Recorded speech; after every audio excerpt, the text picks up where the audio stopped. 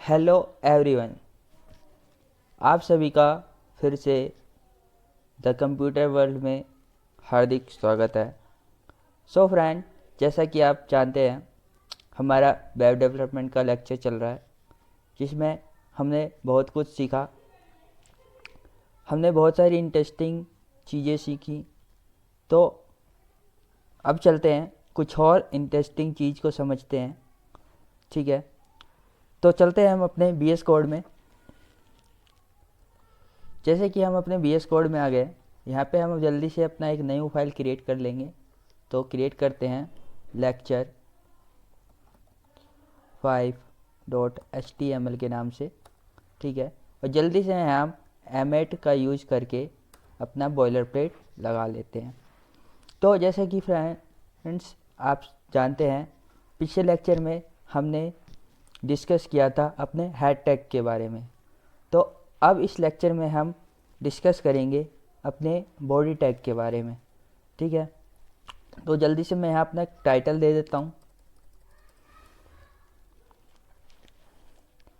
Body tag. ठीक है, तो जो हमारे बॉडी टैग में क्या आता है, बॉडी टैग में जो हमारे वेबसाइट का जो कंटेंट होता है वो हम अपने बॉडी टैग के अंदर लिखते हैं। तो सबसे पहले बॉडी टैग के अंदर आता है एक हेडर टैग। ठीक है, जैसे H1 मैंने लिखूँगा यहाँ पे H1, तो यहाँ मेरे को एक हेडर टैग मिल जाएगा। ठीक है, हेडर टैग के अंदर जो भी मैं लिखूँ, जैसे मैं लिख देता हूँ द कंप्यूटर वर्ल्ड। ठीक है, तो ये क्या है मेरा, ये एक मेरा हेडर टैग है। तो जैसे ही मैं इसको गो लाइव करूं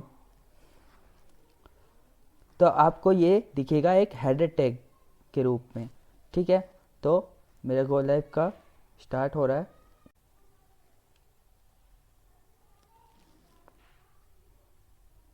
तो देख सकते हैं जैसे कि हमारा गो लाइव का स्टार्ट हुआ और यहाँ आपको एक हेडर देखने को मिल गया।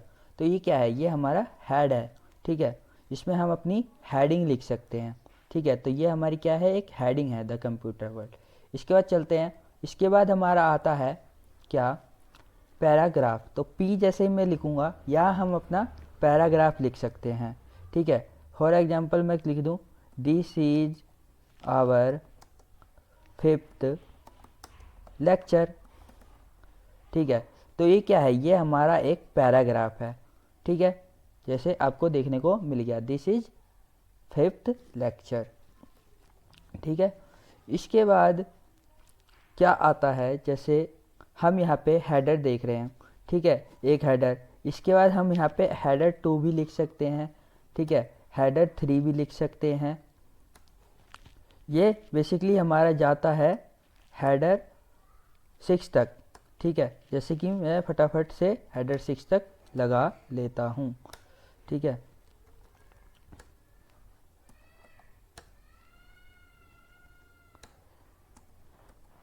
जैसे मैंने हेडर 6 तक लगा लिया। ठीक है, ये हमारा हेडर 1 हमारा फर्स्ट हो गया, सेकंड डाल देते हैं यहाँ पे, फिर यहाँ पे थर्ड डाल देते हैं। ठीक है, यहाँ पे हम फोर्थ डाल देते हैं, यहाँ पे हम फिफ्थ डाल देते हैं, और यहाँ पे हम सिक्स्थ डाल देते हैं। ठीक है, तो बेसिकली जो हमारा हेडिंग टैग होता है वो हम 6 तक ले सकते हैं।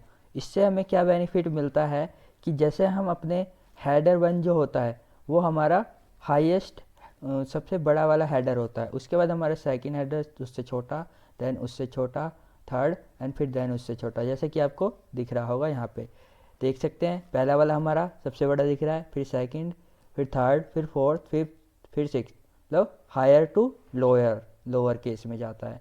ठीक है, और ये तो हमारा पैराग्राफ है। ठीक है, इसके बाद हमारे इसमें कुछ और टैग्स आते हैं। जैसे मैं यहाँ पे लिखूँ पैराग्राफ में, मैंने एक और पैराग्राफ लिखा मान लो। ठीक है, यहाँ लिखूँ दिस इज सेकंड पैरा, ठीक है। और फिर मैं इसको रन करूं तो देखो यहाँ दूसरा पैरा आ गया, ठीक है। इसके बाद मैं यहाँ लाइन ब्रेक करके, ठीक है, यहाँ मैं लिख दूँ एक और, this is my third para, ठीक है।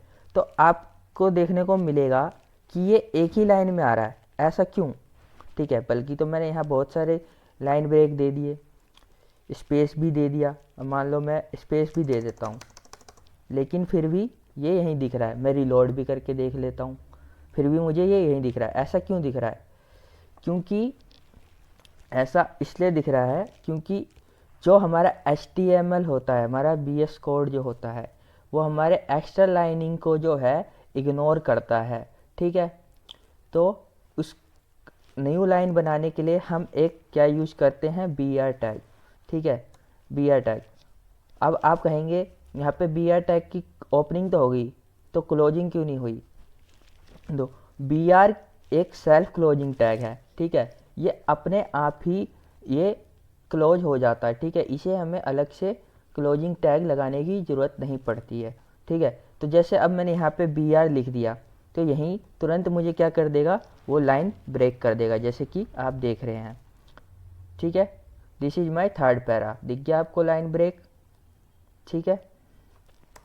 तो BR टैग से हम लाइन ब्रेक कर सकते हैं, ओके, ठीक है। एंड देन हमारा एक आता है क्या, हॉरिजेंटल रो देने के लिए, मतलब हॉरिजेंटल रूल देने के लिए। तो वो क्या होता है, हॉरिजेंटल रूल देने के लिए हमारे पास आता है HR, ठीक है। HR से हमें एक हॉरिजेंटल रो लाइन मिल जाएगी, जैसे कि आपको देखने को मिल रहा है। ये देखिए आपको एक हॉरिजेंटल लाइन मिल गई, ठीक है। इसके बाद हम देखते हैं एमिट की पावर। एमिट की पावर क्या है कि एमिट से हमें ऑटोमेटिक ही हमें सजेशन देता है। जैसे मैंने यहाँ लिखा लोरम, ठीक है। लोरम यहाँ पे मैं लिखूँ 24, ठीक है। लोरम 24 लिखते ही मेरे को क्या होगा, मेरे को इनबिल्ट कुछ पैराग्राफ दे देंगे वो, ठीक है। तो जैसे कि यहाँ पे मिल गया है, तो अब मैं देखूँ गो लाइव पे, तो यहाँ पे मेरे को एक पैराग्राफ देखने को मिल रहा है, ठीक है। तो इसकी हेल्प से मैं पैराग्राफ लिख सकता हूँ। इसके बाद हमारे कुछ टैग आते हैं, जैसे कि हमारा एक टैग होता है स्ट्रॉन्ग, ठीक है। जैसे मैं यहाँ लिखूँ स्ट्रॉन्ग,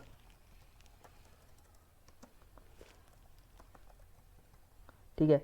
स्ट्रॉन्ग टैग के अंदर अगर मैं कुछ भी लिखूँ, दिस इज स्ट्रॉन्ग, ठीक है, तो ये क्या करेगा, ये हमारा इसको बोल्ड कर देगा, ठीक है।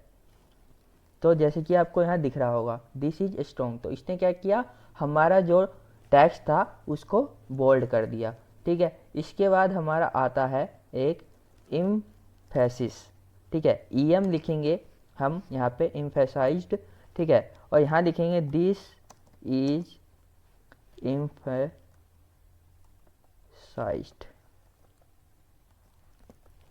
ठीक है। तो इससे क्या होगा, ये हमारा इटैलिक में कन्वर्ट कर देगा, जैसे कि आपको देखने को मिल रहा है दिस इज एम्फेसाइज्ड, ठीक है।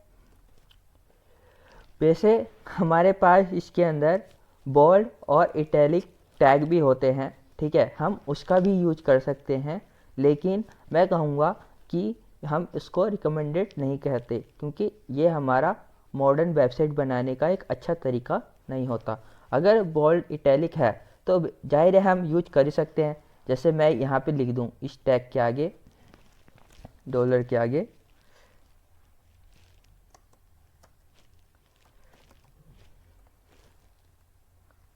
बोल्ड,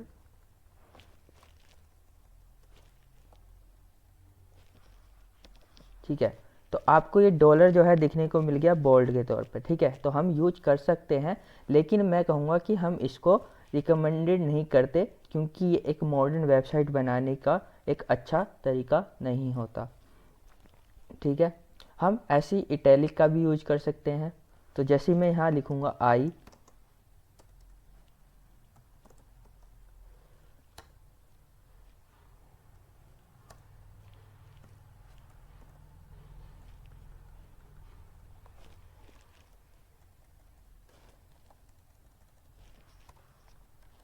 तो जैसे आपको एमेट देखने को मिल गया किसमें, इटैलिक में, ठीक है। तो हम यूज कर सकते हैं, लेकिन मैं कहूँगा कि इसको हम रिकमेंडेड नहीं करते हैं, ठीक है। और बी आर टैग तो आपको पता चल गया, बी आर टैग एक सेल्फ क्लोजिंग टैग होता है, ठीक है।